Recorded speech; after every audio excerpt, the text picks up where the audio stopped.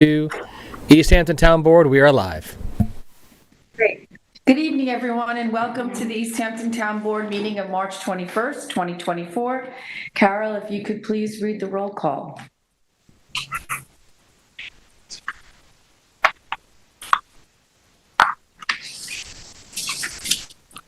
Councilmember Flight, Present. Councilmember Lees, Present.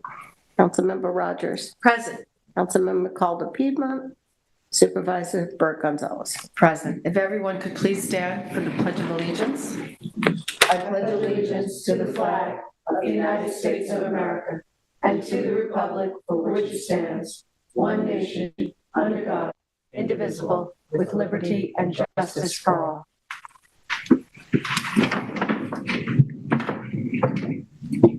So tonight we have our town historian here, Hugh King. Hugh, if you'd like to address us from the Thank you, podium. Madam Supervisor. In the last year, the town board has imparted resolutions on two women who lived to be 100 years old. Yes. They were Mary Curls and Josephine Kraske. They also had the honor of attending 2 out of the 3 Amagansett schools. The first Amagansett school is still standing. It's right on the corner of Mayancoma Lane, Montauk Highway. Originally, it was built in 1802, right across the street by Samuel Skellinger. In 1870, apparently there was too much traffic on the street, so it was moved behind the cemetery on the corner of Atlantic Avenue. And then in 1881, there was a new school built where the tennis courts are. Josephine Kraske and Mary Curls attended that school.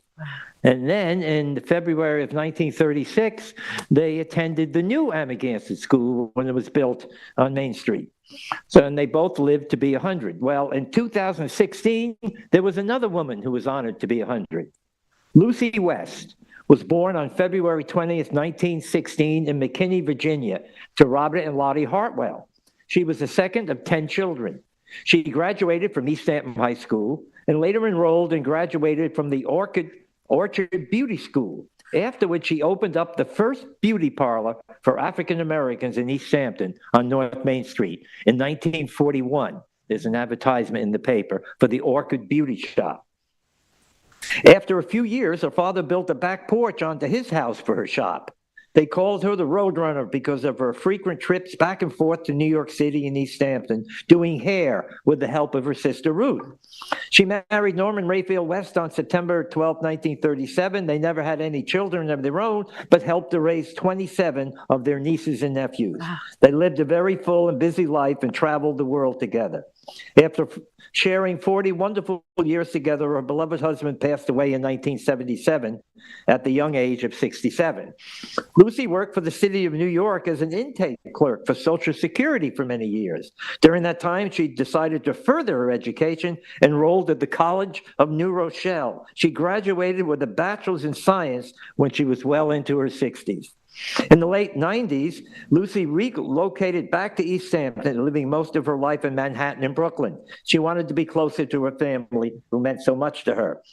She was a devout member of Most Holy Trinity Church. Lucy says you have to have a good outlook on life, a good attitude, and you don't judge, you build up, you don't tear down. You inspire and encourage. You say what you mean and mean what you say. That's the way she lived her life for the past 100 years. And this was 2016. But here's the best part. Up on Race Lane, there's a market up there. What was that market called at one time? G&T Dairies. It was called the Chicken House. Chicken House, yeah. G&T Dairies, Chicken House, yeah. Mrs. West lived next door in a little house called the Bird House.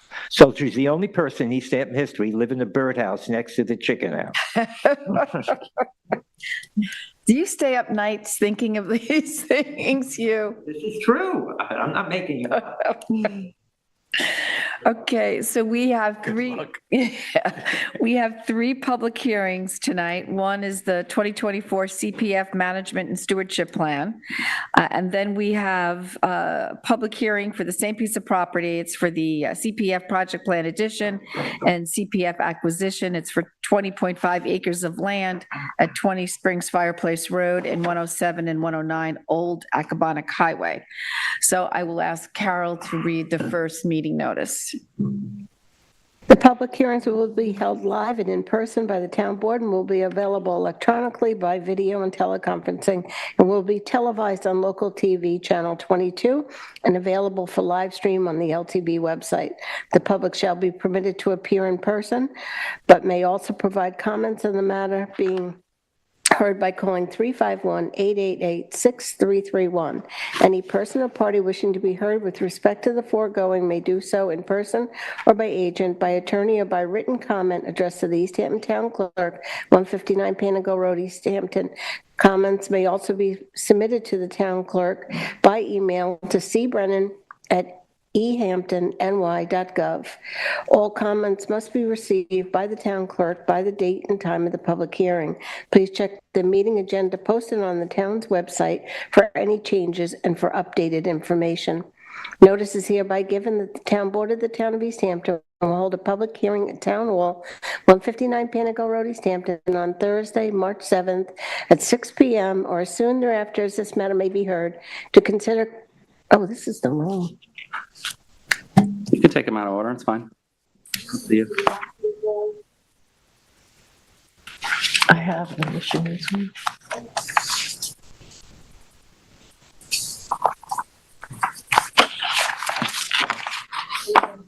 I do.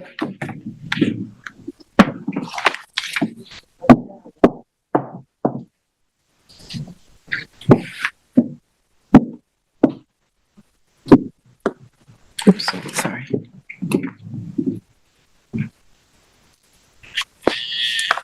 So to consider comments of all persons on a proposed M&S plan for the Community Preservation Fund acquired properties within the town. The full text of the draft 2024 M&S plan, now dated 3/4/24, is available for inspection at the office of the town clerk, 159 Panago Road, East Hampton, during regular business hours of 9 to 4, Monday through Friday, exclusive of holidays, as well as on the town's website at ehamptonny.gov. Click on the Land Acquisition and Management Department and then on Plans and Resources on the sidebar. Great, thanks, Carol. We have an introduction by our Director of Land Acquisition and Management, Scott Wilson. Sure, glad to do it. One note though, I think Carol, you just said 3/4. The new date is actually 3/19/24. That's the latest edition.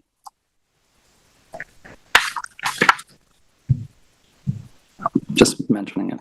So Town Law 64E, the Community Preservation Run Law, requires that we create a management and stewardship plan for all acquired CPF properties, this being the 16th edition of this plan. Some of you may have heard this a couple of times before. It was last presented on March 5th at a work session. While required, I find it simply a good opportunity to revisit our plans to account for the ebb and flow of land management. Because all properties need some form of stewardship, be it posting of signs, cleaning up debris, or reconciling encroachments. We have acquired interest and rights in real property for 527 properties, with 10 more in contract representing over 2,403.8 acres. We accomplished the vast majority of our stewardship work in-house. We create a baseline document which documents the parcel as it exists at the time of acquisition. We help create management plans for those properties with some proposed human use. And we regularly monitor all CPF properties every year, corner to corner, for encroachments, dumping, or other issues. And all of these baseline documents and management plans can be found on the town's website. I actually included the links on page 6 and 7 of this document for ease of the public to reference. Beyond in-house management, the proposed management and stewardship plan discusses any known projects along with associated expenses.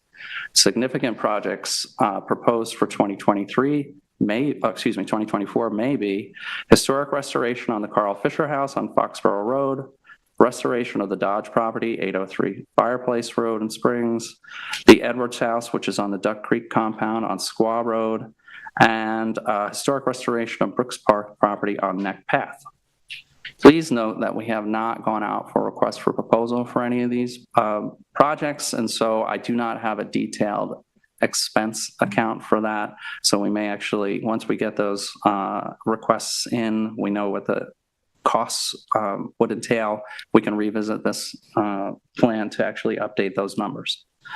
The stewardship budget, just over 4.65 million, that's why it's a general estimate. So until those numbers are known, we don't know what the end of the stewardship budget will entail. That represents about 8.6 of the total 10% of the CPF budget that we could otherwise use for stewardship purposes. And that's based on our last auditable year, which was 2022, at $53.6 million in revenue. With regard to this plan, the responsibility of our department was to create a document that will guide us in our efforts towards appropriate management stewardship goals and objectives, assist in prioritizing projects, and control related expenditures. This lends transparency to the plan, giving the general public the opportunity to participate in the discussions surrounding proposed expenditures. The draft plan can be found on the town's website and in the town clerk's office. I mentioned the last time we were at a work session that I was going to make small modifications or updates, hence the new date 3/19. For example, I updated the revenue for 2024, which will be over, for 2023, which will be over 46.58 million. We also closed on the 34 Fenmarsh property, which ups the number of, properties that we have and the overall acreage. And we also went into contract on properties which are the subject of our next public hearing.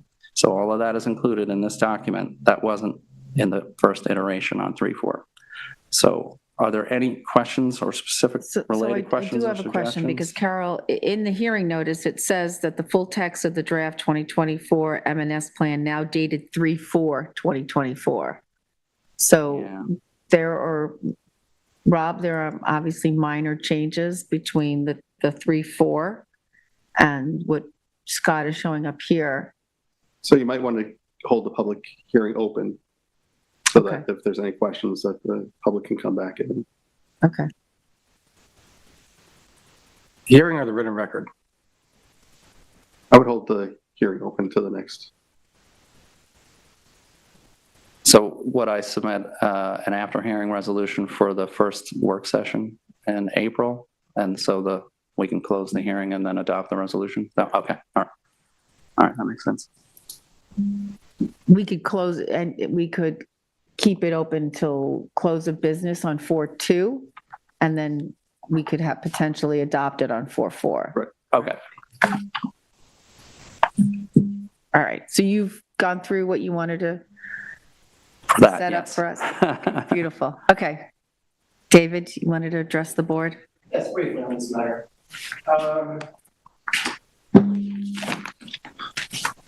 The presentation of the annual management and stewardship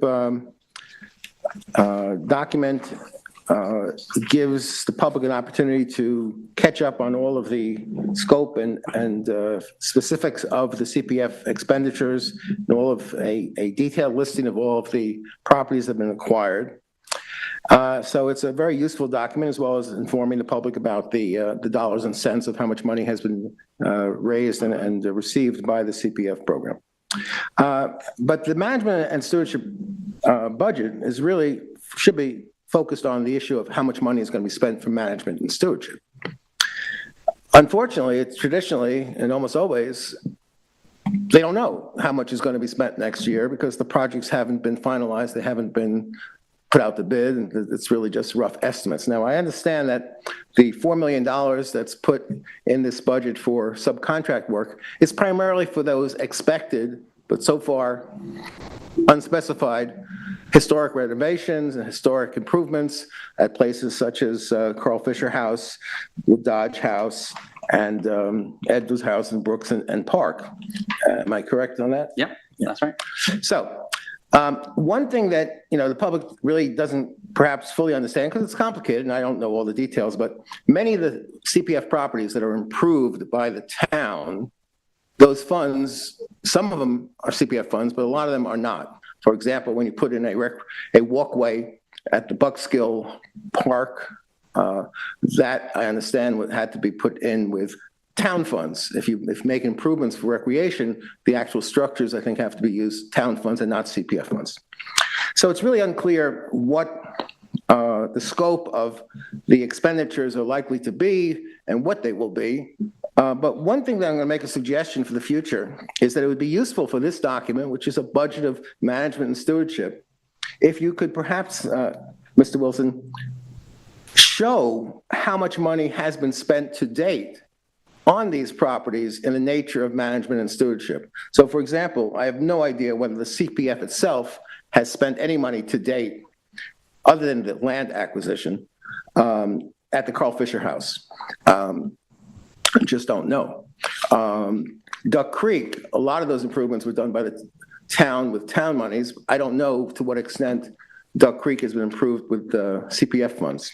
So it would be useful, rather than just simply having a multi-million-dollar number thrown out in a budget, if there could be some specifics of at least what the history has been. Just like this document shows everyone what the history has been of land acquisition, it would be useful to show how much have we spent in management and stewardship in the past on a particular property.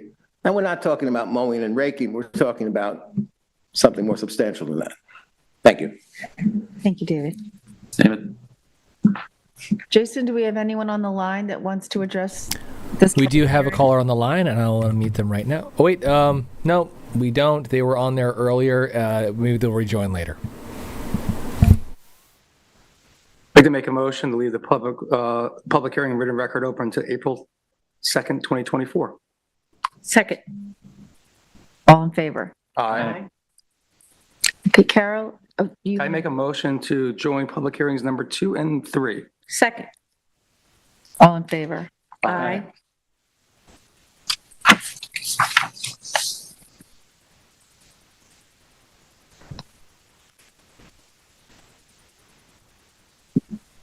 Take notice that the Town Board of the Town of East Hampton will hold a public hearing on March 21st at 6 p.m. Town Board Meeting Room, Town Hall, 159 Panago Road, East Hampton, or as soon thereafter as this matter may be heard on a proposed local law providing for the adoption of a revised community preservation project plan pursuant to Section 64E of the New York Town Law, which provides for the preservation of open space, historic places, and recreational areas within the Town of East Hampton, including the incorporated villages therein, to include approximately 20.5 acres of land located at 20 Springs Fireplace Road and 109 and 107 Old Accabonac Highway, East Hampton, reputedly owned by Martusello and CGM KHM 2021 Trust, and identified on the Suffolk County tax map as 300, 163, 3, 6.1, 6.4, 6.2, and 6.3.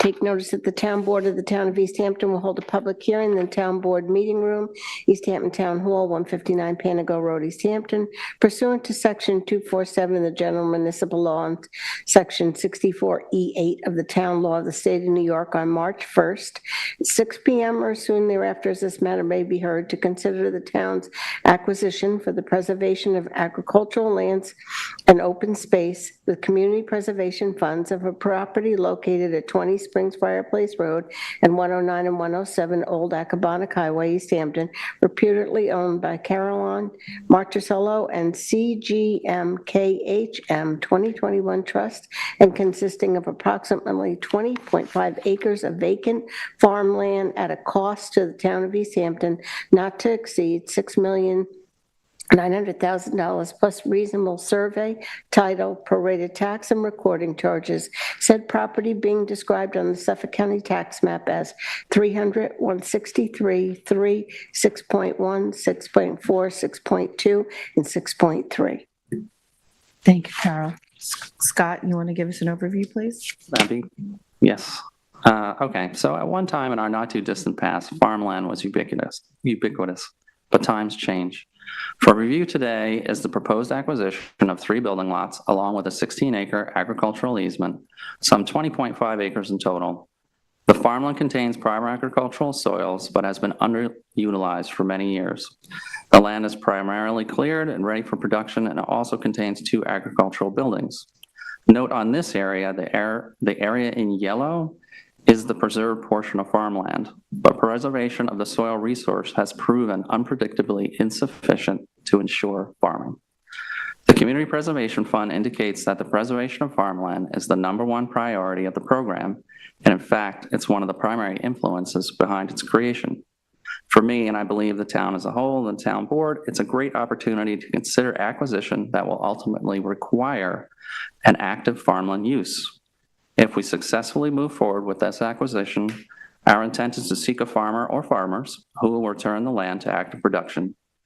This acquisition will help build on our successful resurrection of farmland on Cedar Street and Farmhouse Lane. This property meets the criteria in Town Law 64E. I would ask the board to pass a resolution adding this to the CPF project plan and one to acquire. Thank you, Scott. Would anyone like to address the board? Yes, please. All right, you're up, David. All right. Good evening. This proposal gave me a chance to do a little historical research. For the record, just state your name for folks at home. It's still David Buddha, and I'm still from the Springs. This gave me a chance to do a little historical research.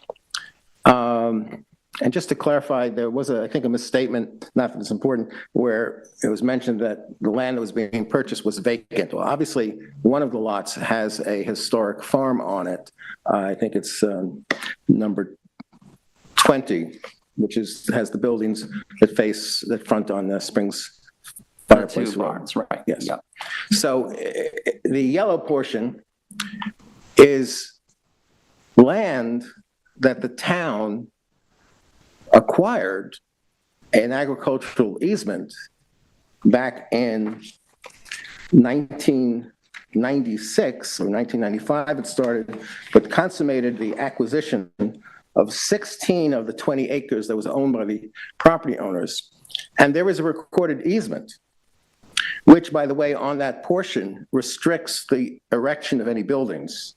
So that any agricultural buildings, and I would hope that that would be maintained even when the town takes total ownership of the property, because to the north, there's a row of houses there.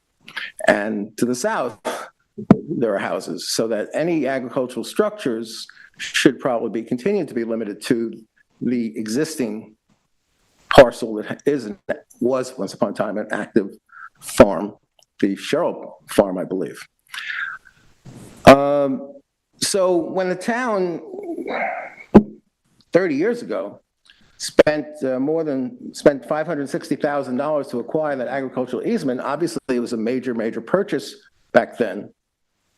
But instead of it being a very active farm, it continued to be a horse pasture for the most part. Now, Mr. Wilson did say that this is prime agricultural soil, so I have to believe that. But obviously not every property that is used for and suitable for livestock and horses is necessarily one that can be suitable for raising food crops, but hopefully this will be, and has been tested and determined that it's appropriate for crops, not just horses, cattle, and chickens. But the money that we are expending, the $7 million, nearly $7 million, is really mostly purchasing those 2 vacant lots.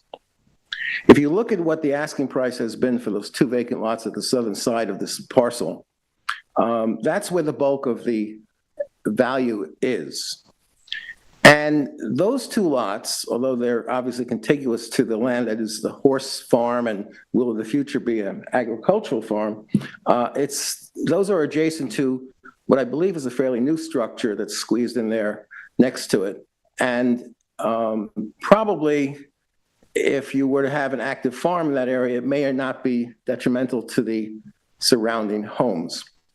But the point I'm making is that what we're really buying out are 2 very strangely created lots on extremely long flag lots that someone has been trying to sell for 20 some odd years, when they were created as part of the same subdivision that created the agricultural easement. So we're really buying 2 vacant, overpriced lots, in my opinion, in order to get the opportunity to have full control over a nice piece of farmland. So it may very well be money well spent, but at least we should understand what's going on here. And in the future, when this is returned as is intended to active agricultural use, that the surrounding neighbors in residential properties will be given full consideration and to avoid any deleterious impacts of noises and smells, et cetera. And that may very well be an issue as to whether or not the existing restriction in the easement of record against any agricultural buildings being any place other than on the street fronting farm area, whether that will be maintained and kept in place. There is a small horse, I noticed as I was driving by today, there seems to be a small horse barn that was erected perhaps without proper authority. Not that, I mind any horses, but I wouldn't want to be living very close to active farm activities and structures if I could avoid it. And certainly if I own a property to the north, I would not want something to come in under the auspices of the town that will be a detriment to my value and impinge upon my ability to enjoy my property. Thank you. Thank you, David. Jason, is there anyone on the line that would like to address the board? Checking now. There are no callers on the line. Opposed? Second. All in favor? Aye. Okay, so now we're up to public portion. Is there anyone here that would like to address the board? I feel like Martin Drew. This is a hat trick tonight, David. Well, I just, frankly, I'm disappointed that there aren't people in the community that have something to say to you, that take advantage of the opportunity to come out in an evening without having to give up their day job. But I'll try to do their job for them. Okay, two things I'd like to speak of. Resolution 384 kind of struck me as a little odd. It's to impose additional financial controls and mechanisms for oversight over expenditure of CPF funds. And of course, you can always benefit from sharpening the pencils and tightening up the controls over expenditure of funds. But I'm just wondering, since I do know that it's been a couple of years now, the state controller did get authorization to conduct an audit of the entire Peconic Bay community preservation funds in the various towns that have implemented it. So I'm just wondering whether or not this control measure is something in any way related to remediating any problems or any issues that were raised in any state controller audit. So that's a question I have. I don't know if you have the answers to that, but I'm sure there's a reason for needing this, and I'm just wondering. Scott, you want to address that? Yeah. Normally, we don't use this, meetings and public portion for debate, but yeah, that's exactly right. Still be here, why not? I mean, this is a measure that's been this is a modification of a measure that's been in place that our auditors quite like. And so we're just continuing with the practice. In this instance, before we had the water quality funding, it was just me who was a signature and a counter signature with the supervisor, just as a double check measure that we're spending the money appropriately. And so we're just continuing with that practice, but we're adding our water quality coordinator, Melissa Winzo, as a signature. So she physically inspects every project that we do in regard to water quality. If we install an IA system, her eyes actually witness that happening. And so it's more appropriate to her to have a sign-off line in conjunction with the supervisors, just to ensure that we're spending the money, and it's all accounted for. So I account from everything from a box of pens to land acquisitions. She's doing everything from a box of pens to, IA systems or the like. That's all. Thank you, Scott. Thank you. That's satisfactory. Second topic, and this is kind of something that sticks in my craw. You are proposing in Resolution 390 to adopt, after the public hearing, amendments to Section 24061, which are your traffic regulations, concerning no parking on portions of North Main Street. Well, thanks to Mr. Connolly, I did receive a copy of the Suffolk County Department of Highways or Public Works, whatever it's called, letter that was received by the town that initiated this whole project. There's nothing in the Director of Traffic Engineering from the county's letter that explains why this is needed, why the dimensions that they requested were selected, how it's consistent with or inconsistent with other treatment of other parking areas near driveways on commercial portions of North Main Street. And there's nothing, because I haven't heard any discussion of this whole topic by the board, there's nothing to explain why the request that came from the county, which was actually for a no standing zone in these areas, has now been turned into a no parking restriction by the town.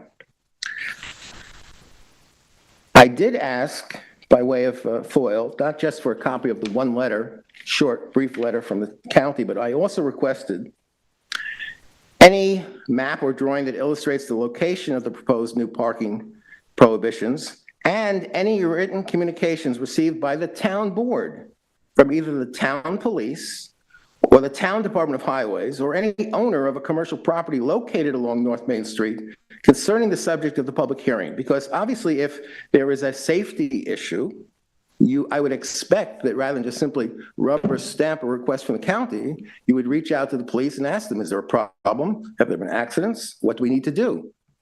Do you agree or disagree? And the letter from the county is not a mandate. It's a nice request. It says, we're asking you to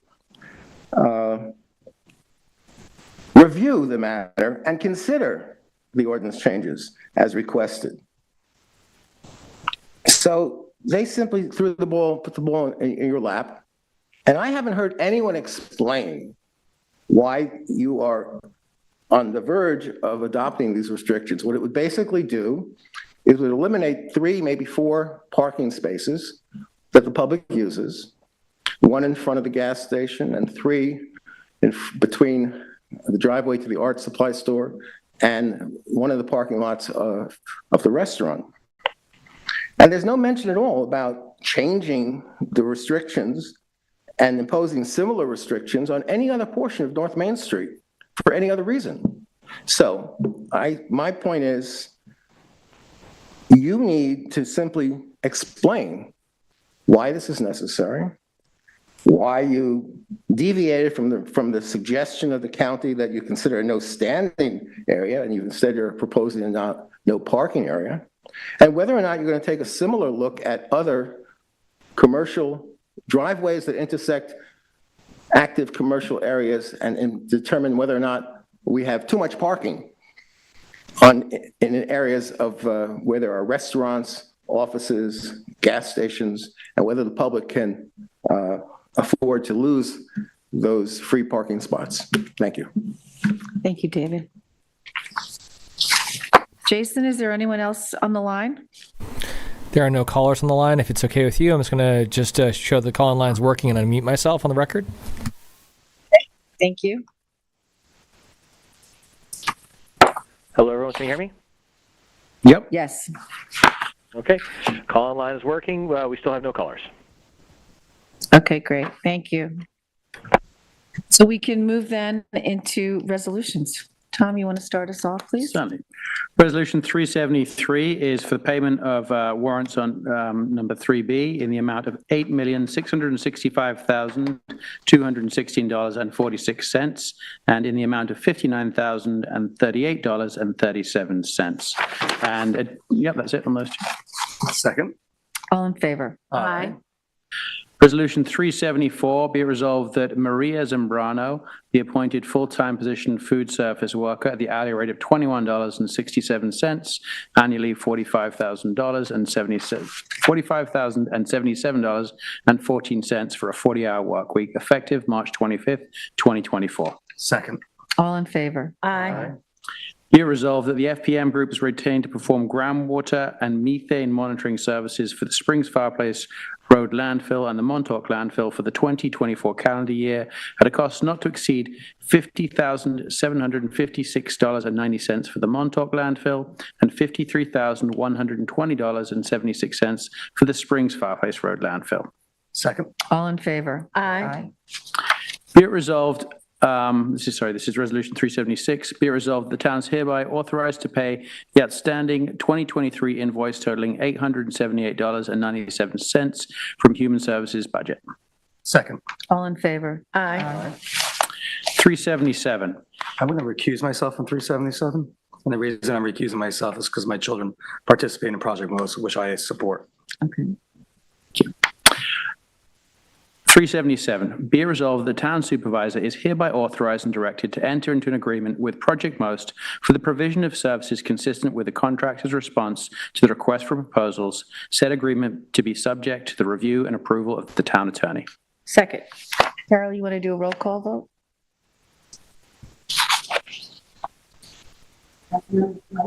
Aye. Recused. Aye. Aye. Resolution 378, authorized payment of prior year invoices for the sanitation department, invoice 225 in the amount of $89,018.26, invoice 230 in the amount of $98,863.42, and invoice 231 in the amount of $71,548.82. Second. All in favor? Aye. 379, authorized amendment to agreement for CSG 40 payments. Be it resolved that town supervisor is authorized to sign an agreement amendment with CSG 40 payments to extend payment processing services to the town recycling and refuse center. Additionally, be it resolved that the town recycling and refuse center is authorized to purchase 4 Verifone V400C terminals at a cost of $450 plus shipping per terminal. Second. All in favor? Aye. I'd like to offer Resolution 2024-380. This is appoint lifeguards to preseason part-time status for the 2024 New York State mandated training. Properly submitted time records effective March 22nd, 2024. Names, titles, and pay rates below. Second. All in favor? Aye. 381 is to appoint part-time laborer in the Highway Department, Nico Bachelor, at an hourly rate of $23.99, paid bi-weekly, effective March 25th, 2024. Second. All in favor? Aye. 382 is to appoint maintenance mechanic 4 in the Buildings and Grounds Department, Kyle Fagerlin. And he is hereby appointed to the position maintenance mechanic 4 in Buildings and Grounds Department, hourly rate at $29.98 per hour, $62,354.66. Cents annually, effective April 8th, 2024. Second. All in favor? Aye. 383 is establish a leave bank and share time for Highway Department employee. Second. All in favor? Aye. 384 is a CPF oversight measure where it adds to a signature line for all the expenditures and authorizations from such fund for the water quality improvement projects and initiatives shall be approved by the Water Quality Program Coordinator and the town supervisor. Second. All in favor? Aye.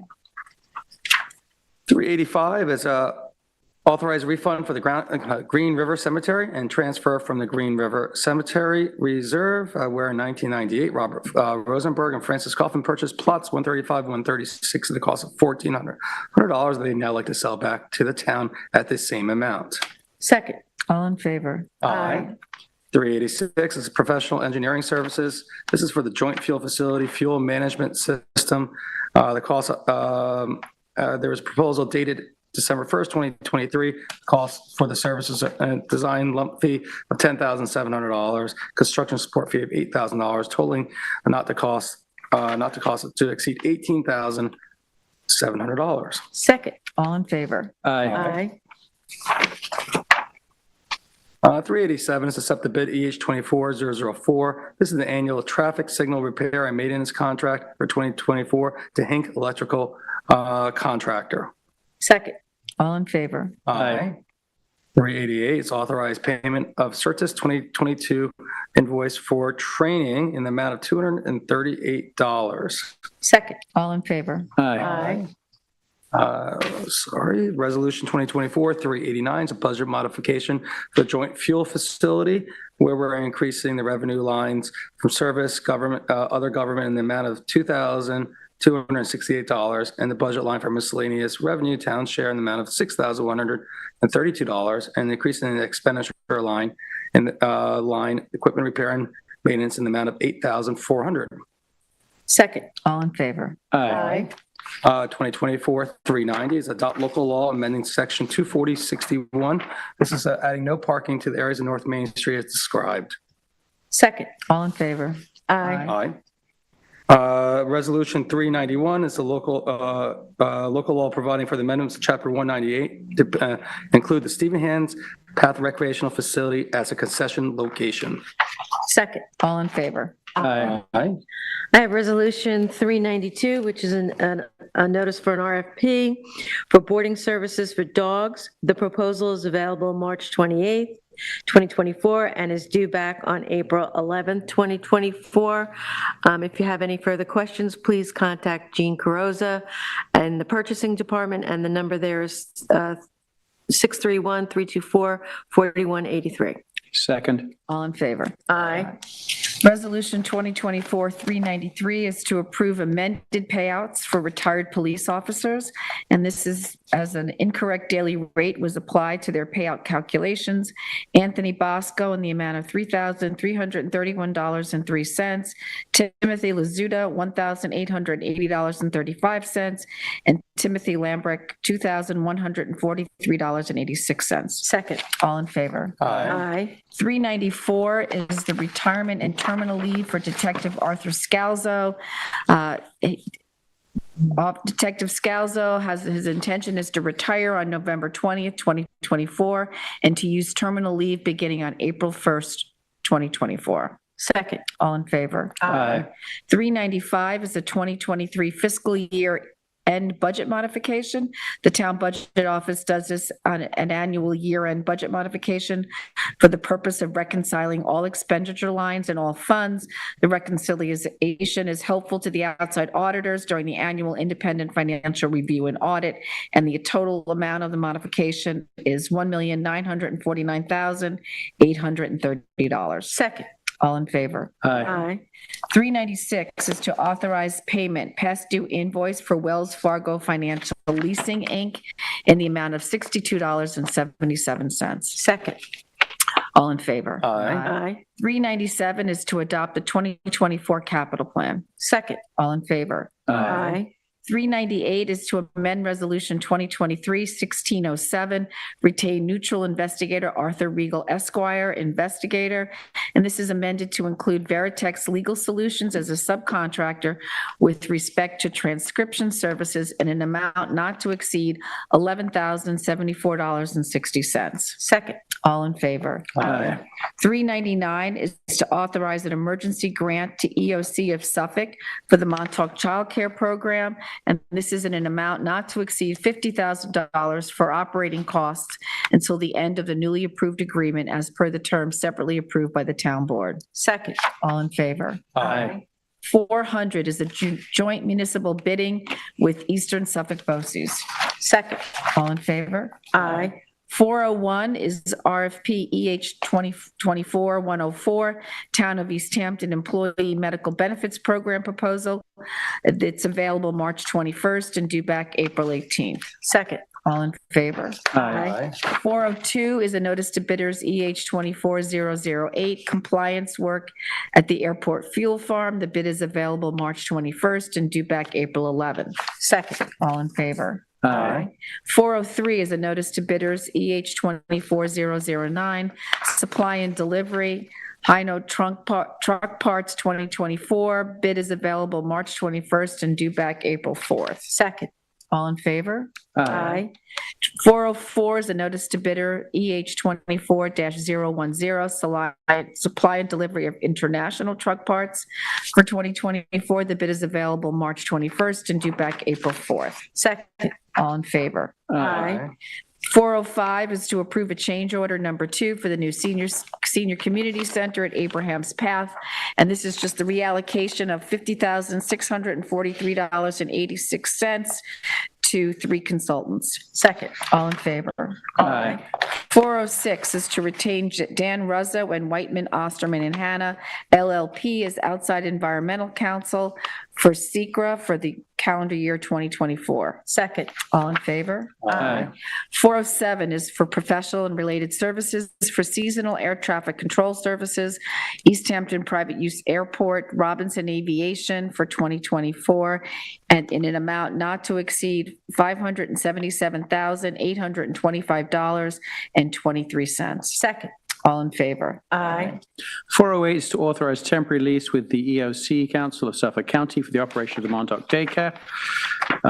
Be it resolved that besides the emergency grant from the town to the EOC authorized by a separate resolution and not to exceed $50,000 for operational costs, shall upon the terms be and conditions of the current lease. Second. All in favor? Aye. 409 is appoint part-time labor in the Highway Department, Darius Petty, at an hourly rate of $23.99 per hour, effective March 25th, 2024. Second. All in favor? Aye. 410 is appoint part-time labor in the Highway Department, Zachary Broadmeadow, at an hourly rate of $23.99 per hour, effective March 25th, 2024. Second. All in favor? Aye. 2024-411 is to retain Cooley LLP for airport litigations for 2024, and this is an amount not to exceed $1 million, of which $800,000 is for Cooley LLP. Second. Oh, one Oops, thing, sorry. financial impact, at the very bottom, there's missing a zero. Okay. Second is amended. All in favor? Aye. 2024-412 is the authorization for advances for authorized borrowing. Second. All in favor? Aye. 413 is the 2024 blanket non-CPF appraisals. This is for properties located within the industrial park. Second. I'm sorry, in an amount not to exceed $7,500. Second. All in favor? Aye. 414 is to authorize the petition to the New York State DEC Commissioner for lead agency on the new senior center. Second. All in favor? Aye. 415 is to retain archaeologists for 403 Abraham's Path, and this is for Tracker Archaeology to perform a Phase 1A and 1B archaeological examination at a cost not to exceed $7,500. Second. All in favor? Aye. 416 is to authorize an employee suspension. Second. All in favor? Aye. Okay, so that's the resolutions we have for tonight. Does anyone else have any other business they want to bring up before the board? Nope. I do not. There will be a wonderful parade in Montauk. All eyes, Irish Isles will be on Montauk, Tom's Hamlet, on Sunday, March 24th, starting at 12 o'clock. Steve Puck Dolan will be the Grand Marshal. We look forward to have a great time. We thank the Friends of Erin, and we thank all our partners in enforcement, law enforcement, all agencies, the town agencies, and let's try to get some nice sunshine I that was going day. to say, hopefully the luck of the Irish Yes, will there it bring is. sunny skies. Additionally, on Saturday, 12 noon, is the Amagansett Parade, which I will be attending as well, so. Beautiful. Motion closed? Second. All in